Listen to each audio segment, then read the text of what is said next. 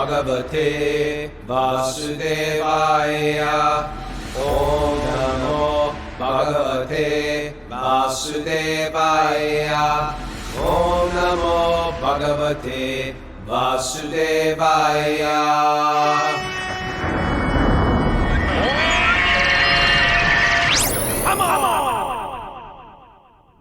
Live from New York City, this is Wisdom of the Sages. I'm your host today, Kaustubha Das, and my usual co-host, Roghunath, is running around Rishikesh somewhere right now, free and wild, right, Mara?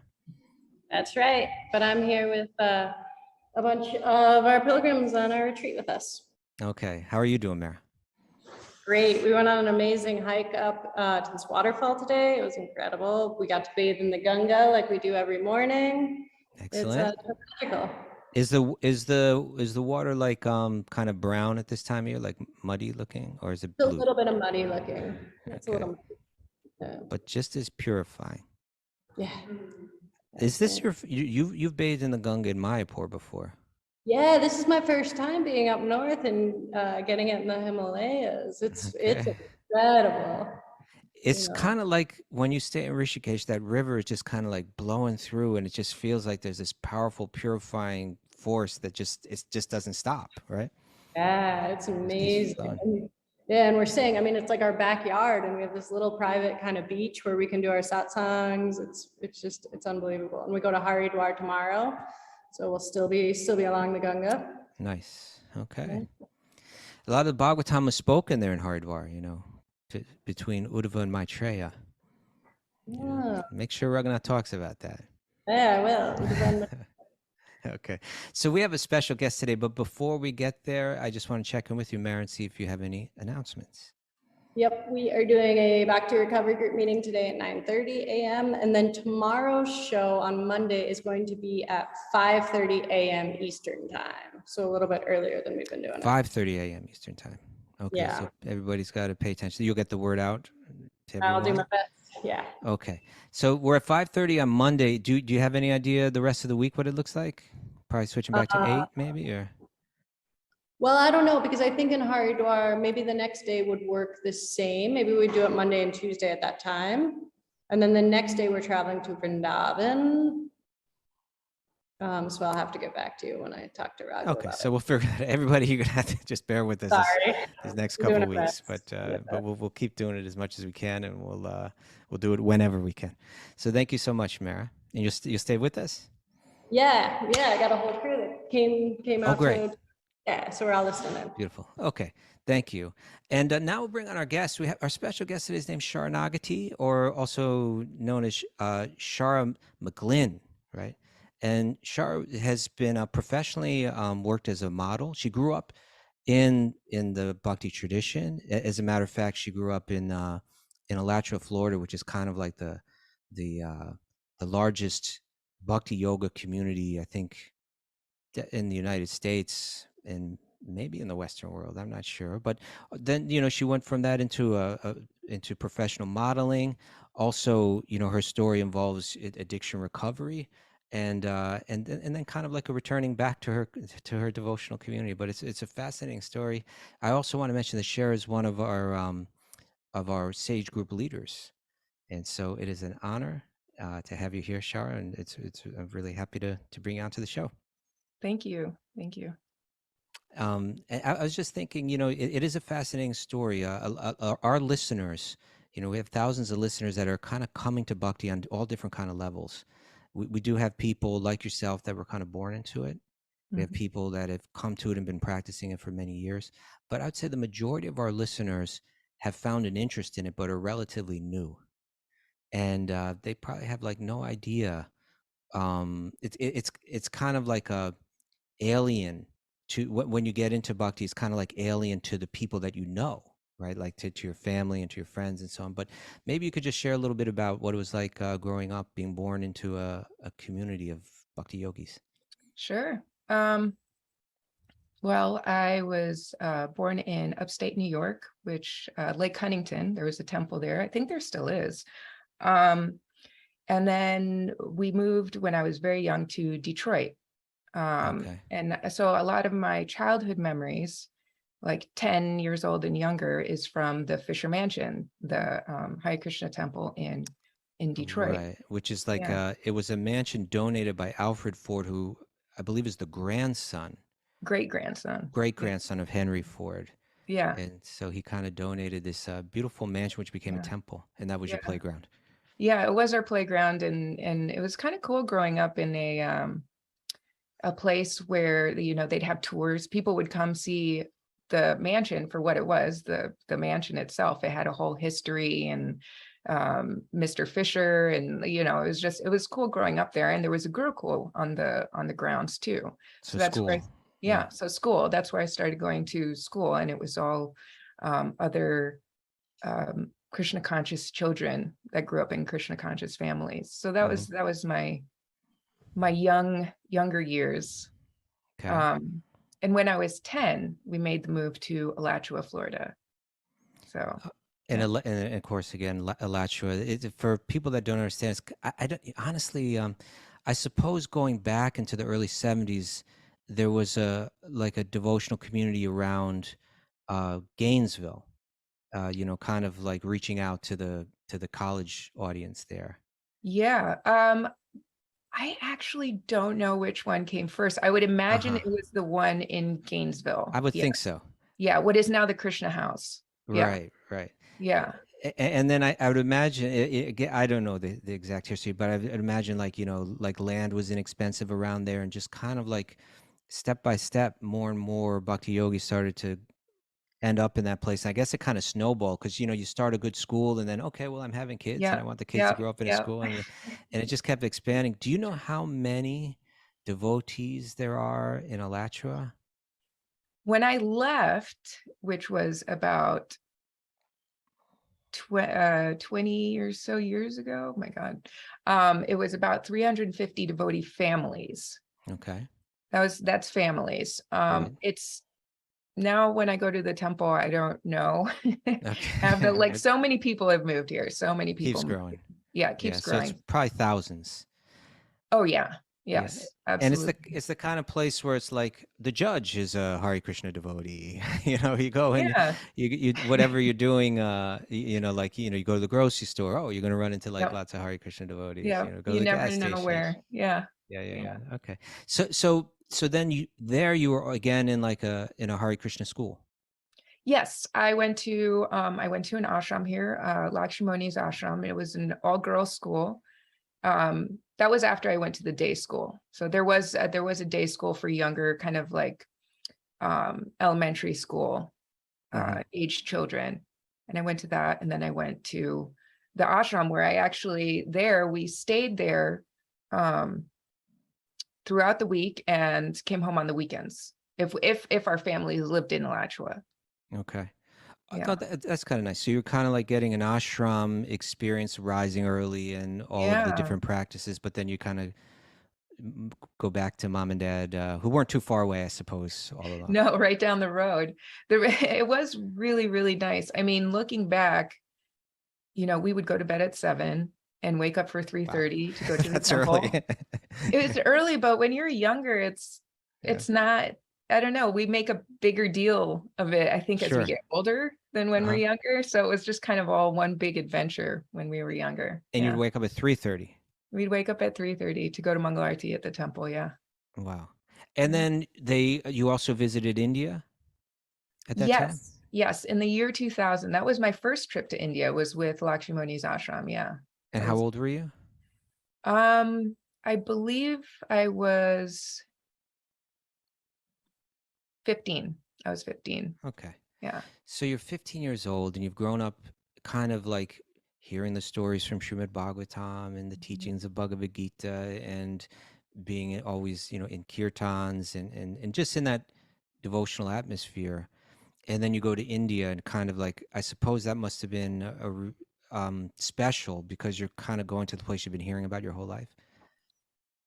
Yes and no. Okay. Yes, been hearing about it my whole life, but also I think because of that reason, it still felt kind of normal. Right. So I still didn't quite grasp how special it was in that moment. I see. So, Yeah. so now, like, I'm what I would like to understand is, so like, let's say you're 15, 16. When did you get into modeling? I actually started what is considered late in the modeling world. I started Okay. when I was 19. 19. Okay. Yeah, So you're 19. 15, 16, 17. You've been growing up in the Bhakti yoga community. How are you, as a teenager, what was your like your own feeling about it? You know, in other words, I get it. You're kind of brought up in it, and it is your world, but in your own heart, did you feel a commitment to it? Did you just feel what was your own experience of it? Your own faith, let's say. My own faith. I really think that I took it for granted when I was younger. I think I was so used to it.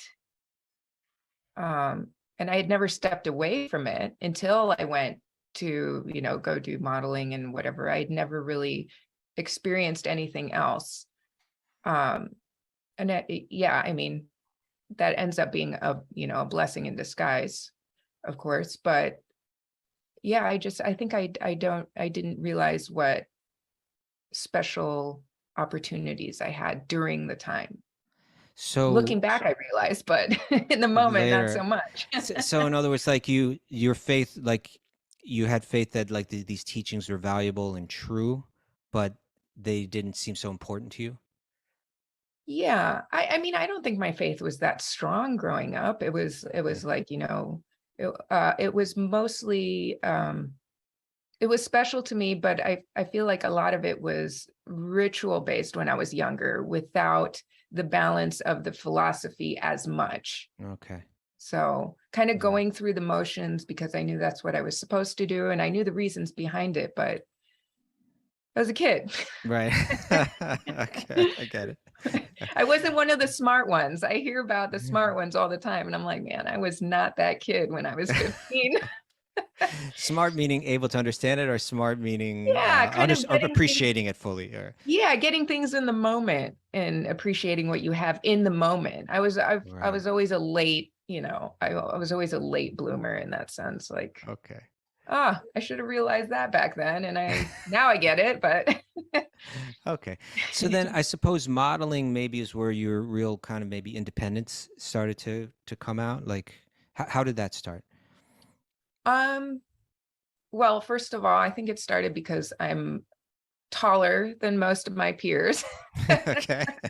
So I think, you get someone tall and you constantly have people saying, oh, you should model. Oh, you're so pretty, you should model. But it's really being 5'9" and kind of lanky and taller than the rest of my classmates that Okay. I was hearing that. And it looking back, it's really interesting hearing that, because we know that we're not the body. So to constantly hear that, I think kind of set my mind in a certain direction. And of course, it sounded like such a glamorous thing that I was like, oh, well, why not try and see what happens? Right. And so people were just telling you that you could do it, so you sent some photos out to an Yeah. So, I agency, mean, or yeah. We're pretty close to Miami, 6 hours away. And that's definitely a hub for modeling. And one weekend, my devotee friends and I went to St. Augustine Beach, and me and one of my then roommates went off and took some pictures, and those are the ones that I sent in to the agencies, and yeah, and they that's said, this could work. they said come down and see us. So then my mom and I drove down the next week, and then I moved down a week later. You moved to Miami I moved to Miami. because there would be Yeah. work there. Yeah, And that's where the agency was. Yeah. it just started right up. They had work for you to do. They did. It took a little getting used to. I had some interesting, I actually started, it's quite telling, but pretty soon after I moved to Miami, I started experiencing panic attacks. I think it was such a big move, moving from a Hare Krishna community to South Beach, literally on South Beach, staying on South Beach. That, yeah, But you know, work picked up, and I was like, here we go. Let's see what happens. Right. You know, you hear stories about like say the kids that grow up in the Amish communities and so on. And I don't think growing up in the Hare Krishna community is quite as isolated and restricted. But there must be some similarities, where you're growing up in a particular community that had a particular faith that was different than most of the rest of the world. And so it was just, I suppose, a certain type of bubble that you're living in when you're young. Absolutely. Yeah, it wasn't not a forced bubble, but just kind of a natural one where all your friends are the ones that you went to Gurukul with, and your parents' friends are all devotees. And so that's just who you hang out with, people that what you have in common with. So yeah, it was a natural bubble for sure. And suddenly you're in a world where people have different values and different ideas. And yeah, I suppose as a young model, it must have been exciting, maybe a little scary, but exciting. But here's a question: is that every occupation is different, and as you're mentioning, like modeling certainly seems like a glamorous one, but like there's obviously work to do, and there's pay to collect for it. But I'd imagine that modeling comes with like a sense of identity, like that seems very special and exciting and glamorous and all that. And did that kind of hit you hard at that time? Or yes, it comes with the identity of you absolutely are your body. You are what you look like. Like this is the most important thing. Is the most important. That's it becomes your value. The better you look in the eyes of your agents and your agency and your clients, that's how much you're worth. Mm-hmm. So if you're at the top of the list of models and you're getting a lot of jobs and you're worth a lot, right, is really strange looking. But it's so gradual, it's like it sneaks up on you. You don't it's not spelled out for you. It's very subtle, but those changes, that's what starts becoming important to you in that world. Yeah. Well, I've always found it interesting reading Srila Prabhupada's books, reading Bhagavad Gita and Bhagavatam and Mahabharata and books like this that speak about these 4 different ashramas or 4 different stages in life, where like when you're young, you're kind of like living a relatively kind of strict life, or you're getting trained in a sense, but you're hearing philosophy, you're hearing about life. But when you're young, it's all theory, right? It's kind of like, you're hearing what a yogi is and what it is to have like deeper insights into life and so on, clarity, self-control. And you're hearing about, like, let's say I suppose you could say like the dangers or whatever, for a yogi, the dangers, right? There's going to be sex, there's going to be money, there's independence, like kind of like, so you hear about these things in theory, and then you reach a certain age and you get married and you get a job and you get your own home, and you begin to experience life, and then you for the first time begin to say, hey, like sex is wonderful, but it comes with all this responsibility, and it comes with all this anxiety, and it comes with so much more, and money is great, but then there's a whole world of business and anxiety there, and workplace and so on. So I'd imagine as a young lady entering into the modeling realm from, in a sense, a bubble, that all that philosophy that you're hearing, I don't know if at a certain point it began to click, like, oh, that stuff all makes a lot of sense, or if it took a while to catch up. It took a while. Again, late bloomer with a lot of things. Okay. I think my intelligence is a late bloomer. So yeah, it took a while. And again, it's so subtle, these changes. Maya can be really, really subtle, that sometimes you go from point A to point B and you're like, what happened in between? I don't even, did I make all those decisions? What? Yeah, well, so as a model, I suppose there's a whole lifestyle that goes with it, and all kinds of opportunities that go with it, and this led to your addiction. Is that? Yeah, so it's interesting. My addiction was right off the bat. As soon as I discovered alcohol, that wasn't a slow thing. That was like from the very Okay, beginning, yeah. it took control. Mm. Yeah, so that was and yeah, the all the things, all the perks that you get with modeling is very intoxicating, for lack of a What better is that like? word. Like, what is that lifestyle? That lifestyle is you're always surrounded by other really good looking people. You know, if you're going out at night, which is what we did when we were younger, you go straight to the front of the line, go past everybody. So there's this kind of fake feeling of fame and power that you know, and it's not really there. We don't have any, you know, fame or power, but it feels like we do. And that can be really intoxicating, especially, you know, when you're younger and all your value is in your looks. Right, right. So your looks are getting you these things, basically. Right. And so that's kind of like, it's kind of like hitting the clubs almost every night. Is that sort of like Yeah. that? So yeah. Yeah, especially me, once I discovered the wonders of the so-called wonders of alcohol and going out and uh, feeling important and feeling like I had a lot of friends, even if that wasn't exactly true come daylight. Mhm. So yeah. And you mentioned that it kind of got control of you quickly. Yes, it Like, wasn't a slow process. Yeah. so I remember as a young kid, I wasn't a model, and I was in a different What? world. But I kind of hit a world where I had a lot of independence, and it was exciting, and it definitely involved drugs and alcohol and rock and roll and sex and all of that, in a pretty intense way, just kind of being in New York and all that. Yeah. But I remember that feeling of like, I'm in control now, like I'm making my own decisions now, like I'm free, even at like an age of like 15 or 16. Mhm.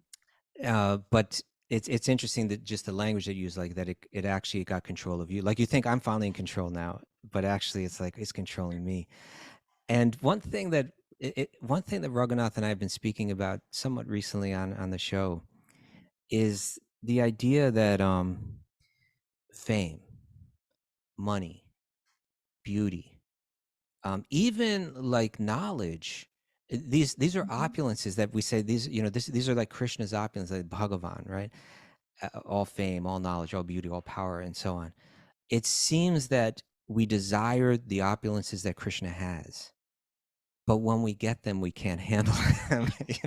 It's like, Yeah. whether it's like fame, like we think fame is going to be our ticket to happiness. If I only had it, how exciting and dynamic and fun life would be. But then the people that get it often we see that it leads to misery.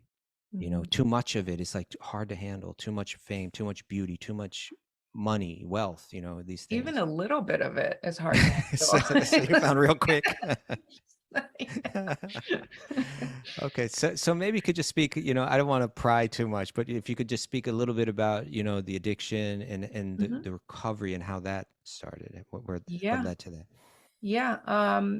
I was in active addiction for about 10 years. Um, when I moved to Miami, I hung in there for a little bit because I still was, you know, fresh from Alachua and still in contact with some of my friends. And Mhm.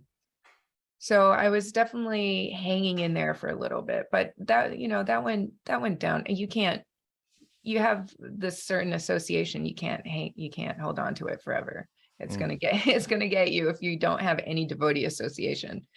And I wasn't being careful then to try to, you know, keep coming back to the temple. And I was like, yeah, let's have fun. You're This is free. yeah, this is amazing. I never experienced that side of material life before. Um, Right. So yeah, started drinking in South Beach, and I traveled quite a bit, staying between Miami and New York and Chicago, and just had a lot of late nights consistently. It wasn't something I was fully sucked in. Mhm. It was right from the get-go. So I was doing that for 10 years, and I was getting really worn out. You can only do that for so long. And it seems like you hear people say that they're chasing the drive, or they're chasing that first time they got high or they got drunk or whatever. Right. And I feel like that was true for 10 years, that I was chasing that feeling of that excitement from the beginning.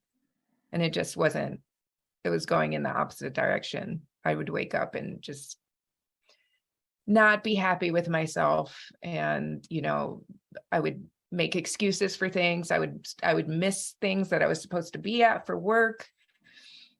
And it was pretty overwhelming towards the end. One of my agencies dropped me. They're like, we don't know what's going on with you, but you're missing too many, casting calls or auditions or whatever. And I was pretty miserable in the end. And that was in Chicago. I was living in Chicago at the time. So I guess you're hearing voices from people like your agency. I should have seen the signs.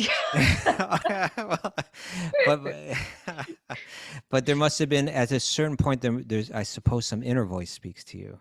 Was there some voice inside you at a certain point that said, hey, this has to change? Or... Yeah. I got,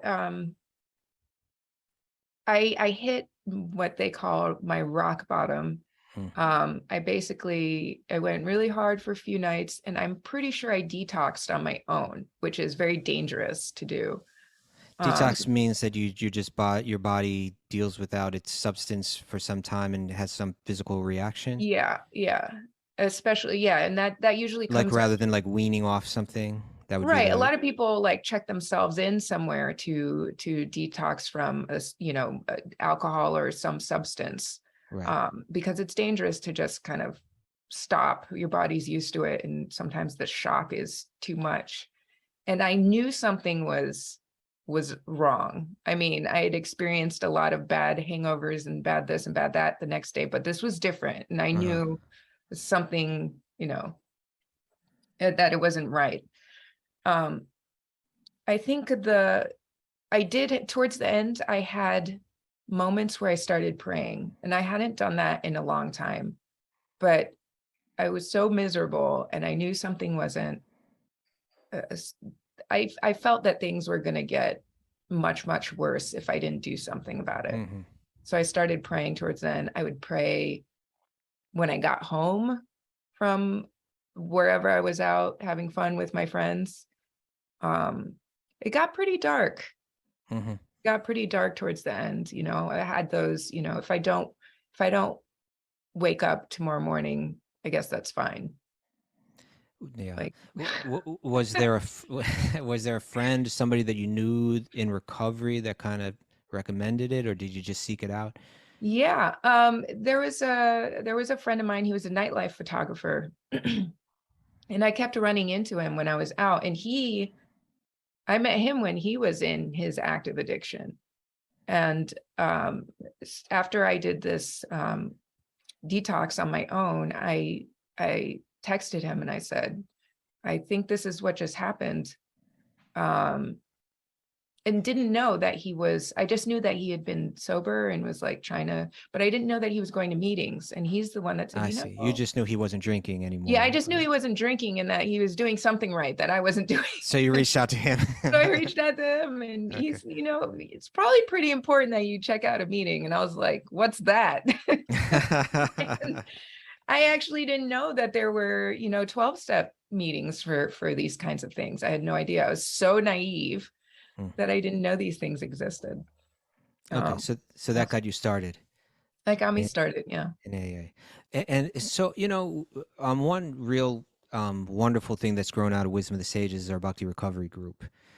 And you know, I'm seeing how many lives it's touching, and just how important it is to people.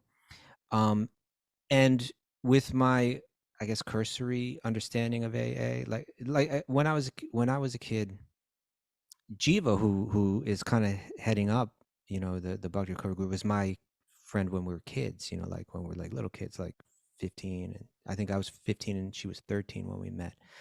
But even at that age, we're into drugs and alcohol, and you know, in a pretty intense world of it, you know. And somehow Bhakti, the path of Bhakti, kind of like saved me. But she went through a whole, you know, decades of that, and then we kind of met back, you know, when we were in our 50s. But she's heading that up now. But I think through her more than anyone, I began to learn more about 12-step recovery and become really fascinated by the parallels between what's taught there and what's practiced there and what's practiced in Bhakti. And so I'm wondering, when you came to 12-step recovery, was it like, oh, like this is like, oh, Yes. yeah? Yes, it was. Can you share a little bit about that? Yeah, so I started going to meetings, and you know, they have there's the big book, what they call the big book, Right. and it's blue like the Bhagavad Gita. Anyways, but I did once we started going through it, I was like, wow, this is, I mean, they use the word God or higher power, but Right. I was like, this sounds really familiar. Uh-huh. So it really was. What were those things that grabbed you the most, where you felt that parallel? Oh my God. There were just so many different things in the book, but like the idea that we're not in control. Mhm. The idea that if we take a step towards God for help, then he will take 10 steps towards us. A lot of their sayings. Yeah, they have a lot of little aphorisms that are Yeah. really consistent, right? Yeah. Yeah. Let go, let God. Yeah, just the whole, I think, going from the modeling, you know, being so entrenched in that to, and nightlife, it was, I kind of went hand in hand to you're not in control, was just a big like reminder. It was a reminder of how I grew up. I was like, oh yeah, I remember this stuff. It has a lot to do. I don't know if the word is used a lot in recovery circles, but it seems to me it has a lot to do with humility. Yes. Right. I mean, the first step is, you know, admitting that you're powerless right. over your addiction. Yeah. Yeah. Yeah. So that's such an important element. And I suppose in one sense, all of our journeys, all of our spiritual journeys in Bhakti have it kind of run parallel with like whether one has like a serious debilitating addiction, or really it's just the nature of our illusion in the material world. It's kind of a similar process coming out of it, and it begins with that humility. Totally. It's not just addiction. It's you know, it's anything that's affecting us in this material world, really. Yeah. It can be applicable to anything. Yeah, it's just like the ego kind of clouds our clarity, and Yeah. humility kind of like we kind of get that clear perception again. Yeah. So your recovery path began, Yeah. and Yeah. let's just follow your path a little bit further down the road now. So where does it go from here? Yeah. So I started recovery in Chicago. A week from my first meeting, I thought, you know, oh, I got a handle on this. Okay. And then there was right, famous last words. There was an event that I was asked to work in. It was at a nightclub.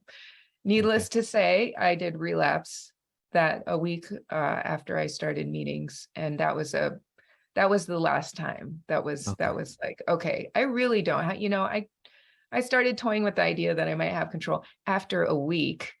Okay. I don't know why I would have thought that, but yeah. And then I've been sober since then, since I was like, okay, just double checking. I really don't have any control over this. Okay. And I think, please go ahead. Oh no, I was just gonna continue with my, but go Yeah, ahead. What were you gonna that's what I was going to ask. Like, you know, I know that you moved to LA, got into acting a bit. Were you already like sober at that point? Yeah, so I stayed. I was in Chicago for a little bit longer after that. I had a boutique there for a brief, for a short amount of time. I think about 2 years. I met my husband during that time, my now husband, and yeah, everything just kind of started getting better from the longer I stayed sober.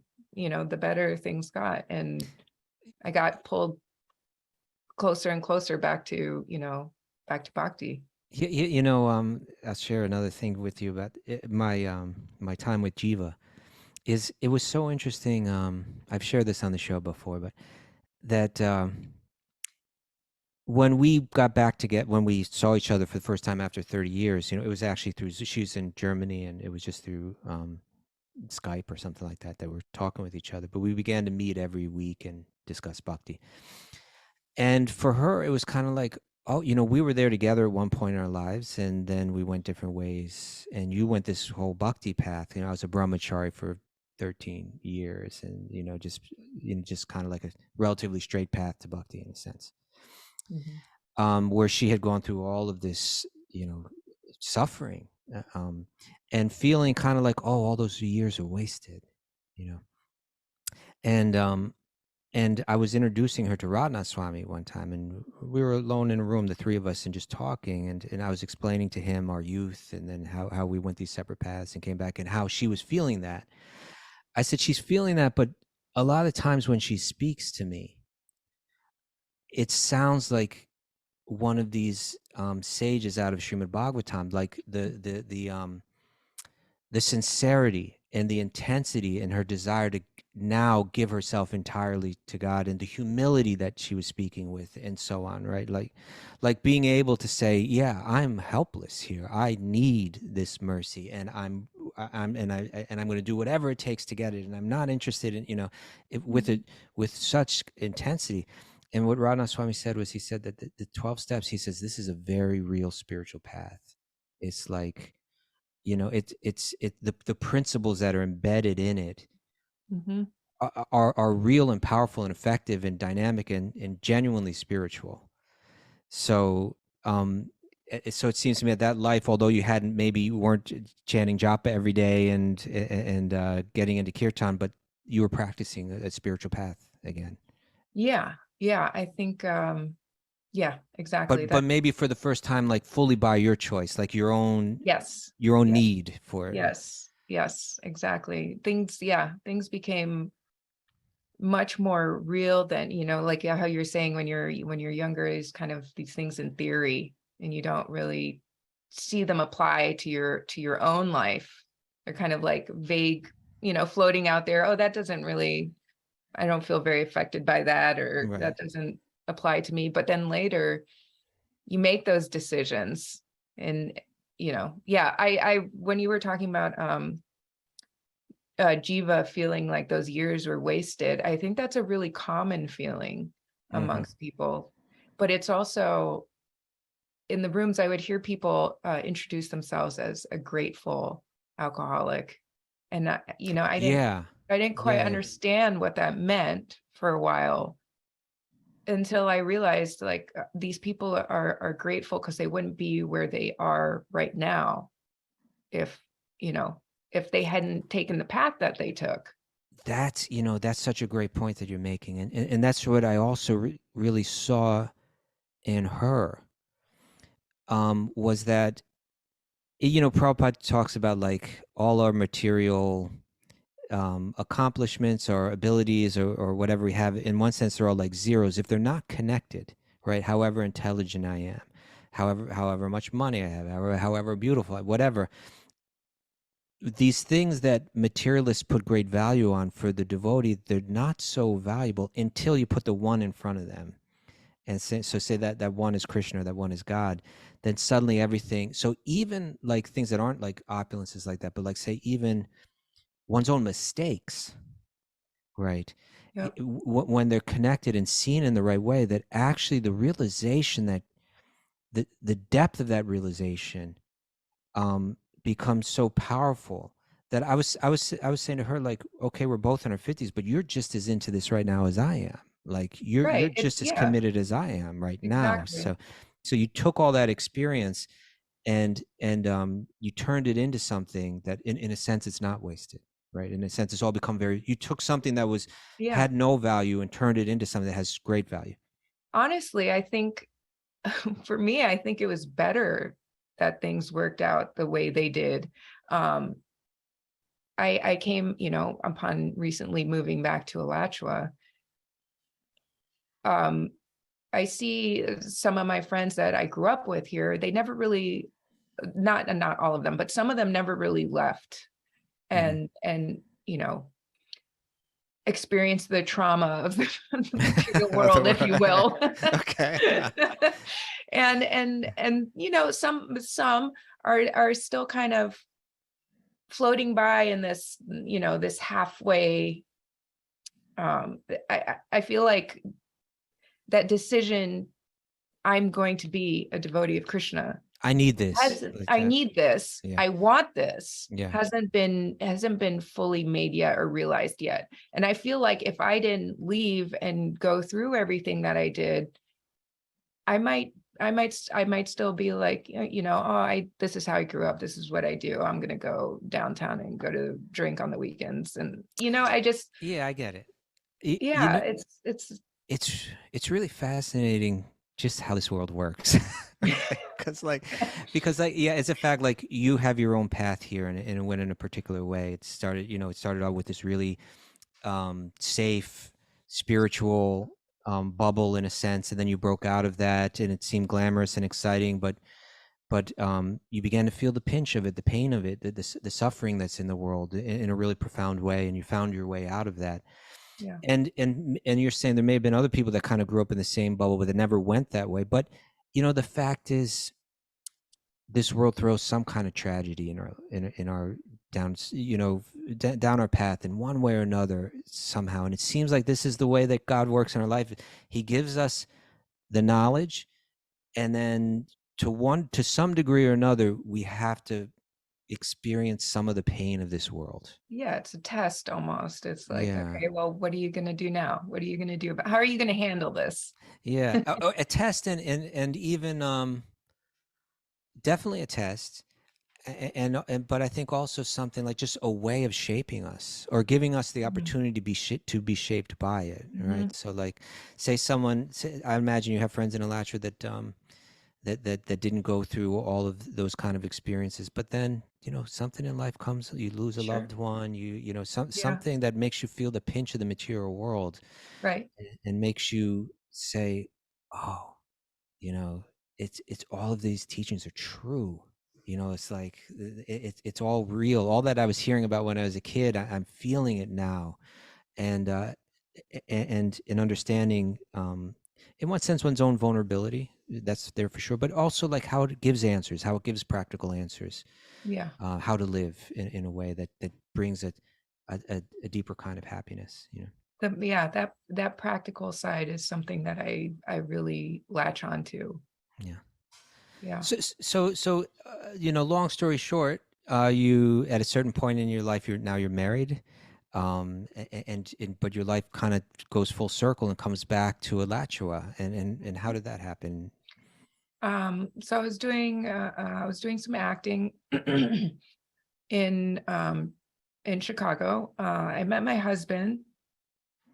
There's a guy I want to meet. I've heard of that guy, right? It's like astrophysicist or something like that. Yeah, he's helping at the BI. Yeah, which is the science wing of the Hare Krishna movement. Science, yeah, which even I wasn't so aware of until he got sucked in that direction. I think okay. Well, he had no background in Krishna Bhakti. No, he had no Bhakti background, and my parents were really the first devotees, Bhakti devotees he met besides me. And my dad's very good at explaining things. So my husband, Doug, had a lot of questions, and to scientists, like that can be challenging, I'd imagine. Totally. And it was in the beginning. It's kind of, you're battling with these, these ideas that you're taught growing up, and then, or in school, not growing up, in school. And yeah, so it was, but luckily. I meant challenging for your dad, but yeah, also challenging. Oh, for your husband. yeah, no, it's, yeah, it was really, it worked out really well. Looking back, it worked out the way it was supposed to. So he met your parents and he developed some sort of faith himself. Not right away. Yeah. And even I was just coming out. I was just starting my recovery. Then we met. I think I was like 2 years sober when we met. Okay. And I was just getting my spiritual footing. So the way it actually turned out is we kind of came to Krishna consciousness together. So what happened is we were in Chicago, and then, said, let's go to Los Angeles. We'd never lived on the West Coast, and there were acting opportunities there. And we went out there. We were there for 2 years, and we weren't so crazy about being there towards the end of the 2 years. And then COVID happened. And that's when we decided, we were on lockdown, and we started listening to classes by Jayadvaita Maharaj on Zoom. We started chanting a little bit. Okay. I introduced via Zoom my husband Doug to Hridayanda Maharaj, who is very involved at the Bhaktivedanta Institute. He can speak to a scientist well. Yes, exactly. And Brahmatirtha. And so all of a sudden he was like, oh, there's this big sign. It's so funny. Like, I really feel like Krishna, if you have these inclinations, you can apply it in Krishna consciousness. And I feel like that's what got him interested in it. And me just watching this, I was like, this is amazing, Right, I get it. In other words, like, how to help him understand what I grew up in and what my budding faith is all about. And there's some wing within this vast movement that's going to speak really well to him. Yeah, and just kind of seeing Krishna touch his life, and it kind of, sometimes it's easier to see things happening to other people, it not, if it's happening to you, you kind of grasp it, but when you see it happening to someone else, it's like in front of your eyes. It's everything, So in other words, his processing of bhakti was kind of reawakening a processing in yourself. Yes, Interesting. Exactly. Yes. And you mentioned Jayadvaita Swami, and you were listening to his lectures regularly. And to me, he's an amazing soul. He seems to me almost like the polar opposite of the modeling nightlife world, right? Like, he's about the most renounced, sannyasi I could picture. Yeah. He is. But somehow it was his team. I mean, there's so many devotees that may have spoken to you that I would think would come before on that list. But somehow it was his words and his message that really resonated with you. Yeah, for me, well, I've known him since I was little. Okay, so you had a personal connection. Yeah, I had a personal connection. And at first, I think my husband was kind of like, some of the things can sound really hardcore, a little rigid. Yeah, okay. And he'd be like, well, but I think this is really important. If you keep listening, those things actually start to make sense. The more you listen, it's like, it's kind of like triggers. There's triggers, but you gotta go deeper. Exactly. Exactly. It's like a spider web. You kind of have to go all over to start recognizing what's connecting with what. And you have to spend time doing that, and you have to commit to listening. So I think the more that we were listening to these classes, and sometimes even if we didn't feel like it, It takes repetition, right? Like a It does. daily kind of thing that it It does. begins. Yeah. And it comes to a point where you look forward to it. Yeah. It's not just repetition anymore. It's like, oh my God, I really needed to, listen to that class, or I needed to listen to that Wisdom of the Sages podcast, or whatever it is. Because it's that you look forward to learning a little bit more. And they're all different kind of people present bhakti in different ways according to their personalities, according to their realizations. And someone like that Jayadvaita Swami, who he's like an embodiment of renunciation. yes, It's like, I'm not going to sugarcoat this for you. right. It's not that he doesn't speak compassionately, but he's there needs within a broader society. I feel it's helpful to have certain people that are going to be softer and certain people that are going to be a little harder, right? And there's something about that, like in a diet, there should be a little sweet, there should be a little bitter too, is healthy, Right. And I could imagine for someone that had gone through your experiences, like just that no nonsense kind of presentation could be like, I need this. This feels good, Exactly. That's exactly what it was. Exactly what it was. I needed to. Jayadvaita Maharaj speaks. He doesn't say anything that that the scriptures don't say. Like it's really like listening to Srimad Bhagavatam out loud, undiluted. Like, undiluted, exactly. And it's there if you want it or not. That's just the way it is. There may be some people that their mind will be attracted in another way, their heart will be attracted in another way, but exactly. And which is why it's wonderful. There's so many different people that present it in different ways. Exactly. And then you have someone who's just the embodiment of compassion and softness, like Radhanath Maharaj, and then you have your like thinker like Rita Maharaj, and it's really the more cultural presentation, bringing it in a more cultural way. But we're running out of time. I want to hear about your life now. What are you doing? You ended up back. Why did you move back to Alachua, and what are you doing there now? Sure. So COVID started and we were in Los Angeles, and we were like, you know what, let's Doug doesn't like the city anyways. Okay. And I was getting pretty tired of it by then, because I'd been in Chicago, Miami, New York, and then LA.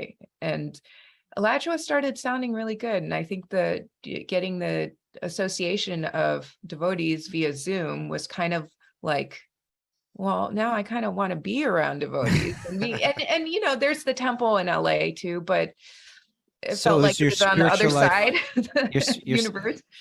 But your spiritual, there was a spiritual desire to be with devotees, and maybe also a desire for nature.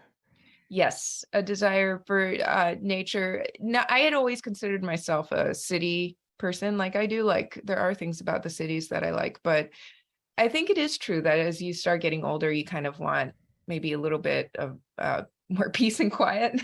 Okay. Sure. So there was that draw. And I think COVID was like the signal, the bat signal of, moved everything around, right? More than anything, I think COVID just moved everyone. And also I feel like it taught us, like, what do you really want from life? Are you going to keep struggling and keep pushing and keep trying to do this, hang on with super thinking you're in control and trying to have this outcome, or maybe, try this and see where it takes you. And so, and realizing how important being around people was. Like my parents live here.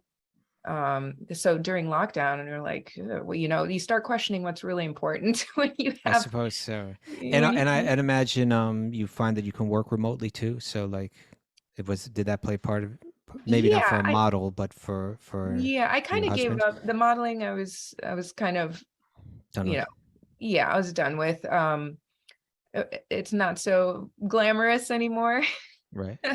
And the acting is still interesting, but I'm also like, you know what, they need plays done here in Alachua, like, and I recently put a post up about that in the community and just had this overwhelming response of people wanting to get into dramas. And I'm like, well, there it is. That's as much as I needed, you know? You got, Jai Giridhari down there?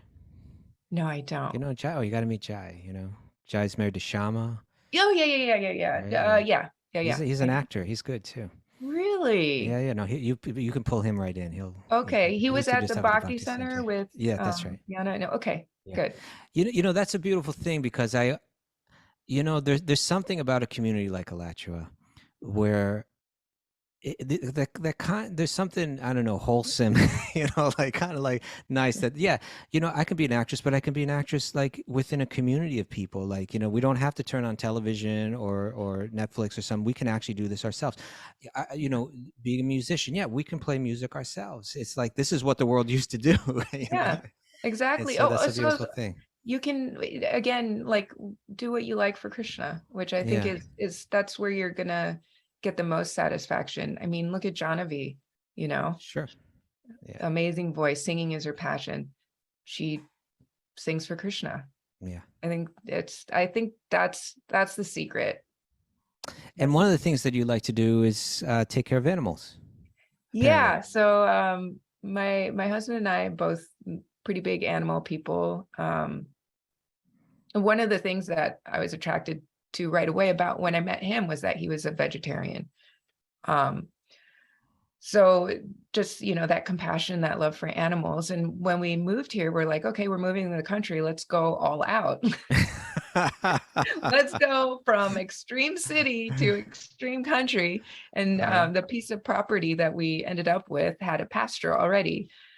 So we actually ended up 2 weeks into, after we actually got the property, we had animals. We had animals before we were unpacked.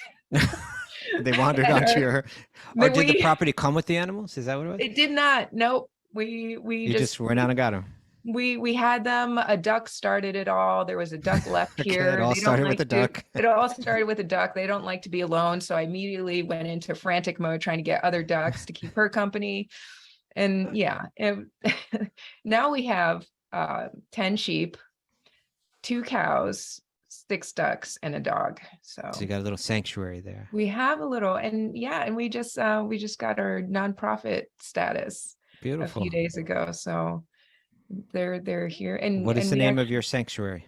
It's called Snoot Farms. Snoot Farms. As in nose. Snoot. Yeah. Okay. Snoot Farms. Yeah. Nice. You got to get some pigs then. I would like to. My husband's a little hesitant. They are. Does Super Soul Farms have pigs? No, just sheep. It's basically down to sheep and domesticated animals like dogs and cats at this point. Well, pigs are, but they're very smart. That's the problem. They're too smart. It's like you have to be ready to keep them entertained. Yeah, keep them entertained. They're a little more upkeep than cows and sheep. Yeah, sheep are so sweet, aren't they?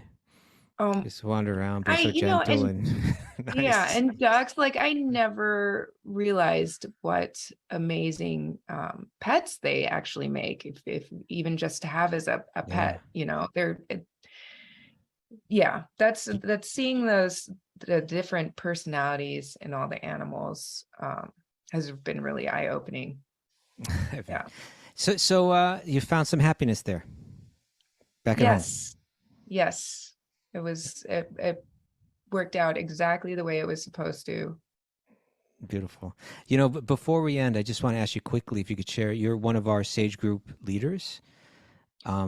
Before long, we're going to be opening it up again for the next session of Sage Groups, where we have there's small groups of Wisdom of the Sages listeners, maybe 6 or 7 people in a group, where every week they get together. It's really an opportunity. There's I suppose an educational element to it, but it's really more about just having a group of people where you can open up, share your thoughts, bring your questions, struggles, doubts, whatever it might be, and make some friends online. But you head up one of those groups. I'm very grateful to you for doing that. And could you just share just anything about that experience? Yeah, I feel like I'm learning just as much as everybody in my group. One of the first things I told them is I'm just helping facilitate this, but I'm going to be Sure. learning, right along with you. And I actually learned so much from them. It's being able to see Bhakti through other people's eyes is something very special. Hmm. And it makes me look at, what can I better about myself? If I'm going to be, facilitating meetings, then what changes do I need to make to keep advancing? It keeps me from being stagnant. Great. From getting too comfortable. I can't get too comfortable. I think that's it plays a role like that for everybody in it, right? It seems to me like the world we live in now, where I could go into a whole sociological thing, but family units and social media and like the weird, unusual world that we're living in right now, which may not even seem that way to people who are relatively young. This just is the world. But it seems like having a small group of people that we're somewhat accountable to, that we do these things together. It's like that things like yoga that require self-discipline and commitment and so on, that it helps to have like a little group of people that are doing it with us to be able to make it all work. Totally. And yeah, I would say even in recovery, the number one reason I think that I was able to stay in recovery for 10 years is changing my association, changing the people that I hung out with. Like that's how important the people we surround ourselves with is. And I think even in Bhakti, that's super important. And having those meetings with our small group we become close friends, and we have Krishna association with each other. Nice. That's what we talk about. And I think that's really important in all aspects, people that we surround ourselves with. Well, Shara, thank you so much. It's really been a pleasure to have you on, and thank you for opening up about some, it's vulnerable things and sharing your path. It's beautiful, really beautiful. Yeah, thank you so much for having me. It's been a pleasure. And Mara, you there with us? I asked to unmute. So we were on at 5:30 a.m. Eastern time tomorrow for everybody that wants to come on live, right? That's right. Where did everybody go? Well, they had to go to Raghu satsang, which started a few minutes ago. Oh, Raghu satsang. Okay, I get it. That's more important than my satsang over here. All right. I'm just kidding. Thank you, Mara, for helping me keep this going. It's always easier when you're here. And thank you for everybody for tuning in. It is a pleasure to be here with you every morning. I'm just going to save the chat over here so I can see what people had to say. Shara, thank you once again. I still have to meet you in person. I look forward to the day where I can meet you in person. I'm thinking about going down to Lachra Thanksgiving time, so maybe I can meet you then. I saw you from a distance at New York Rath Yatra. I've seen you at a distance at New York Rath Yatras too. Rajbi Hari Prabhu is like, come with me, we'll go say Haribol to him, and you disappeared in a cloud of smoke. So okay, well, definitely, if not Thanksgiving, then next New York Rath Yatra or sometime in between. And Mara, you guys can meet up in Vrindavan in a few days. I would love that. Yeah. All right. You guys got all to get together. I think there's a lot of us sage group leaders popping up in Vrindavan like somehow at once, right? I guess it's Kartik, so people go. Yeah. Yeah. Everyone wants to be able to travel again. Yeah. All right, everybody. Thank you so much. I'll see you tomorrow morning. And as Raghunath always reminds us, it's a beautiful day for a beautiful day, and let the magic flow.